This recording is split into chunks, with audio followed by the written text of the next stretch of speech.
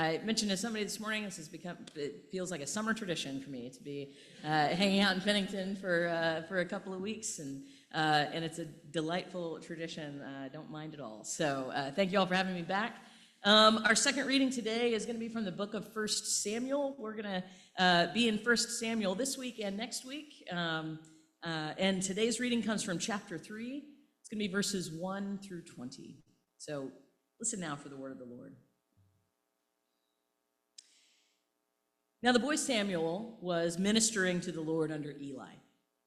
The word of the Lord was rare in those days, and visions were not widespread.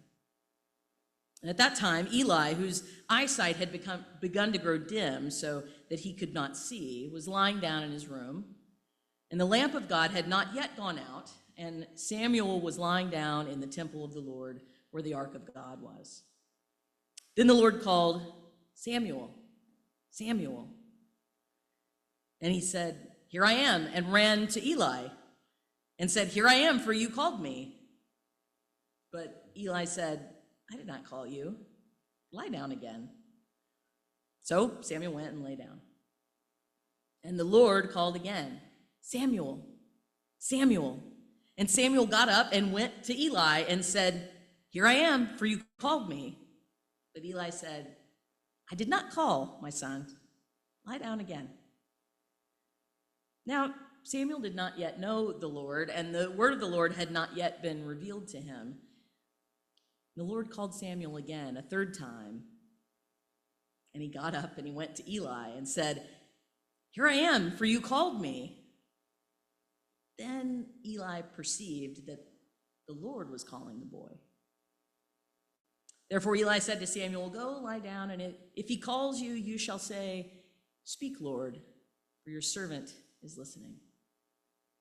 So Samuel went and lay down in his place. Now the Lord came and stood there, calling as before, "Samuel, Samuel." And Samuel said, "Speak, for your servant is listening." Then the Lord said to Samuel, "See, I am about to do something in Israel that will make both ears of anyone who hears it tingle. On that day I will fulfill against Eli all that I have spoken concerning his house from beginning to end. For I have told him that I am about to punish his house forever for the iniquity that he knew, because his sons were blaspheming God, and he did not restrain them. Therefore I swear to the house of Eli that the iniquity of Eli's house shall not be expiated by sacrifice or offering forever." Samuel lay there until morning, and then he opened the doors of the house of the Lord. And Samuel was afraid to tell the vision to Eli. But Eli called Samuel and said, "Samuel, my son." And Samuel said, "Here I am." And then Eli said, "What was it that he told you? Do not hide it from me. May God do so to you, and more also, if you hide anything from me of all that he told you." So Samuel told him everything and hid nothing from him. Then he said, "It is the Lord. Let him do what seems good to him." As Samuel grew up, the Lord was with him, and let none of his words fall to the ground. And all Israel from Dan to Beersheba knew that Samuel was a trustworthy prophet of the Lord. The Lord continued to appear at Shiloh, for the Lord revealed himself to Samuel at Shiloh by the word of the Lord. This is the word of the Lord.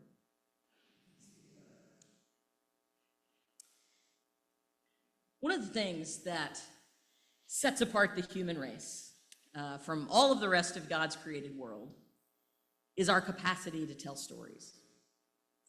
And we tell stories for all kinds of different reasons.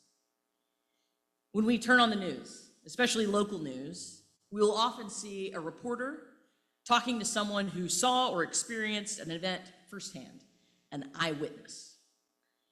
Now, I grew up in Oklahoma, and so this time of year during tornado season, we would often turn on the news and see footage of the aftermath of some devastating storm. And very often the reporters on the ground would talk to an eyewitness, someone who watched the funnel cloud touch down to earth, or heard the roar of the winds as they took shelter in their bathtub. This on-the-ground eyewitness account would help paint a picture for the viewers at home of what had just happened. But we also tell stories about events long after they've taken place. The same person who talked to a television reporter the day that their house was destroyed by a tornado might tell the story a little differently, say 20 years down the line. The story they tell the reporter the day that it happens might be mostly facts. This is what it looked like and sounded like and felt like to be in this situation. But 20 years later, they might talk less about the facts of the event and more about what it meant, how it impacted their life, how it affected them over the years, how they had to make sense of such an overwhelming experience. And such a recounting all those years later might speak to the questions that events like this drum up for us. Why did this happen? Why me? Why us? Why our community? The story told all those years later might be colored by gratitude for help received or a lingering fear that stayed with them for a long time. When we look back at the events of our lives through the lens of time, it gives us a different kind of perspective on them than when they're happening, right? The events become more than just things that happen to us, but they're woven together with all of the other stories that we have that create the narratives of our lives. And as people of faith, we make meaning through remembering and telling our stories, especially those stories that we tell over and over again. And all the while, as we tell those stories, we ask questions like, how did we get here? And where has God been? And where is God now? And where are we headed? Now, in the Hebrew scriptures, in the Old Testament, the book of 1 Samuel, along with the books of Deuteronomy, Joshua, Judges, 2 Samuel, and 1 and 2 Kings, make up what biblical scholars call the Deuteronomistic history. And if you think I didn't practice saying that word out loud a lot before today, you would be wrong. The Deuteronomistic history. So rather than true history, it might be helpful for us to think about these books as a little closer to what we now call historical fiction. Some basis in real events and real people, but edited and enhanced and fit together to help those stories make a little more sense when they're strung all together into a long narrative. And in these books, we find this sweeping narrative about the people of Israel, who we first see in the book of Genesis as a tribal people descended from Abraham, and then in Exodus when they were made slaves in Egypt, and then later liberated under Moses. And then the Deuteronomistic history, which makes up the bulk of the Old Testament books that we know, right, tells the story of Israel's evolution into this mighty army, and then into a nation ruled by judges and then by kings. Once they were no people, but then God made them God's own people, a chosen people, a royal priesthood, a holy nation. Now, the Deuteronomistic history wasn't an eyewitness account, recorded as the people went along, as it was all happening. These books, which tell the tales of Israel's triumphs and ultimate downfall, were probably written long after the events depicted took place. After their kingdom fell to the Babylonian Empire and the people were taken into captivity and exiled away from their land. At the time when these stories were gathered up and written down, the people of Israel had been through a lot. And they were once again, as they had been at the beginning, a scattered people, a broken up community without a homeland, without a king, without a place to gather and worship God. And all of that experience impacted the way that they looked back at their history as they wrote it all down. It wasn't just some cold record of facts. It was a a particular group of people's attempt to make sense of all that had happened to them and all that they had seen together over many, many generations. This is why we tell our stories, to find the meaning that binds our lives together. And sometimes when we do this, things are misremembered. Sometimes our stories get a little bigger in the telling. Sometimes we might even bend our stories a little bit to justify our actions. This is how it is with humans, after all. And this is certainly the case with some of the outrageous stories of the Old Testament. But as we try faithfully and honestly to tell and retell our stories, we are trying to catch a glimpse of just what God has been up to all along. Asking questions like, how did we get here? Where was God? Where is God now? And where are we headed? And so here we are with the story of Samuel. And so what might a people scattered in exile, who have been through a lot together and who have lost their bearings and are looking for direction and hope, what might they stand to learn from remembering all these years later a story like Samuel's? Well, Samuel's story is a pivotal one within the Deuteronomistic history because he was the first of a long line of those bold truth tellers who have come to be known as prophets. From Samuel's time on, we can read in the Hebrew scriptures about individuals who found themselves in situations where they had the opportunity to speak truth to those in positions of power. Nathan spoke out against King David's bad behavior. Elijah confronted King Ahab. Amos and Hosea, Isaiah and Micah, Jeremiah and Ezekiel, all these prophets that we read about in the Old Testament spoke inconvenient truth to Israel's leaders, shining a light on bad behavior. And the prophets acted as God's mouthpiece. They weren't sharing their own opinions or their own words. They were speaking what God told them to speak. And this enabled the people to hear God's voice over the noise created by their corrupt leadership. Many of these prophets were derided and pushed to the edges of society for sticking their necks out in the ways that they did. But they were faithful servants of God who lived out their faith by telling the truth, even when it was risky and difficult to do so. And Samuel, this young temple apprentice, was the first. Now, before Samuel was born, Samuel's mother, Hannah, had thought that she couldn't have children, and this was a really crushing reality for her. And she went to the temple to pray about it, and in her great distress, Hannah, as we all do from time to time, tried to bargain with God. She told God that if she could bear a son, she would dedicate that son to a life of ministry as a priest. Now, Hannah, when she was at the temple, was so deeply troubled and prayed so fervently that the priest, Eli, thought she might be drunk. But ultimately, he listened to her and he told her that her prayers would be answered, which gave her a sense of peace. And sure enough, she became pregnant and she had a son, Samuel.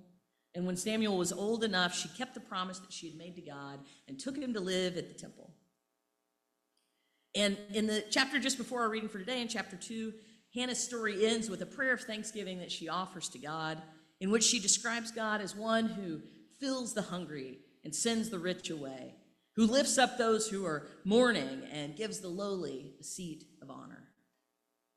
Hannah's prayer describes God as one who honors the faithfulness of God's people. Hannah, Samuel's mother, modeled faithfulness, seeking God out, trusting God to answer her prayers, following through on her own word, and recognized God's faithfulness, especially to those who know deep need. And she acknowledges that even though her life might not have unfolded along the timeline she might have chosen, that God had been present with her the whole time. And this is the spirit in which Hannah's son Samuel has been brought up, and the spirit that he carries with him as he enters into his apprenticeship with Eli at the temple. And so in today's reading, we heard the story of God calling Samuel. Over and over, God called Samuel's name, but the boy thought it was Eli calling him, the priest. After Samuel woke Eli up a third time, it finally dawns on the old priest that it was God calling Samuel. And Eli instructed the boy to respond next time by saying, "Speak, Lord, for your servant is listening." And once Samuel was listening, boy, did God give him an earful. God told Samuel that his own mentor, Eli, and Eli's sons were going to be punished for their disobedience. See, Eli's sons, Hophni and Phinehas, were, to be frank, a couple of greedy creeps. They took the best of the offerings that people brought when they came to worship, and they kept them all for themselves. And they were known for taking advantage of the women who served at the temple. They were the worst. And their father, Eli, couldn't get them under control.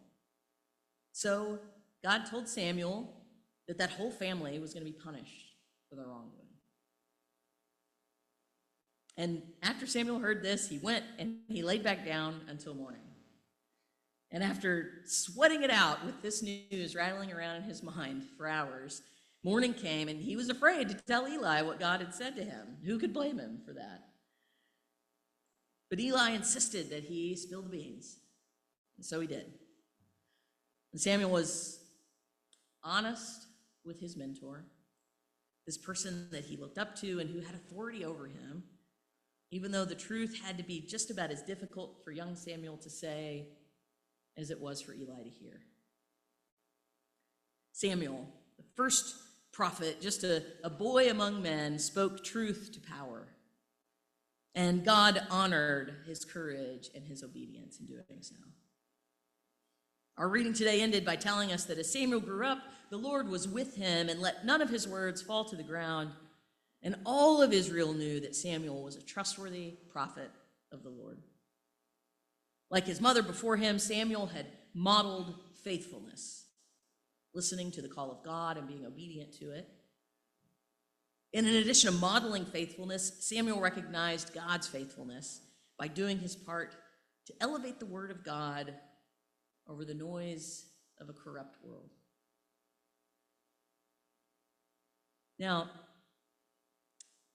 when Israel was scattered in exile, when they were writing this story down, when they were trying to make sense of all that had happened to them, when they had lost their bearings, they were looking for direction and hope, they looked back over all of these stories of their life together as a people, all the way back to the story of Samuel.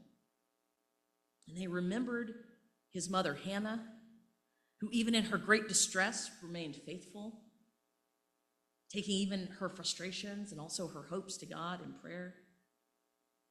They remembered Samuel, who learned how to distinguish between the voice of God and the voices of those who might lead him astray.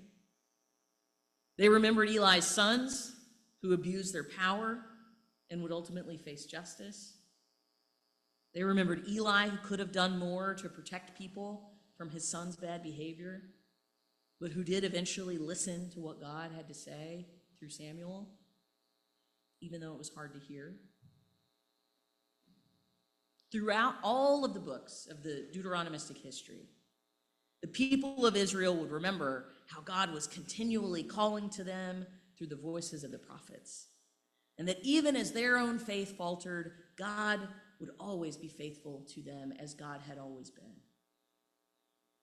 And as that exiled people found themselves in these uncertain times, this good news that started with Samuel's story very likely served as just the kind of comfort and challenge that they needed to find hope for the future. In a time where breaking news is always coming at us, where eyewitness accounts of all that's going on in the world are demanding our immediate attention all the time, the stories of Hebrew Scripture can show us the importance of pausing to look back and learn from where we've been. Histories aren't always accurate. They aren't perfect. They are, after all, human attempts to make sense of our experience and find some meaning in it all. But history is an excellent teacher. And the very best teachers aren't the ones who give us the right answers. They're the ones who help us to continue to ask the right questions. Questions like, how did we get here? And where was God along the way? And where is God now? And where are we headed together? Friends, the God we worship is faithful and has promised to never leave us nor forsake us. Even when God's timing frustrates us, even when we have a hard time knowing when it is God who is speaking, even as our own faith may falter, it is God's faithfulness to us that has carried us through thus far. And it is God's faithfulness that will remain with us as we go forward in hope. And so may we have ears to hear and eyes to see all that God has to teach us through our history as a people of faith, through the history of God's people throughout the ages, and through the stories of God's people now, even our very own.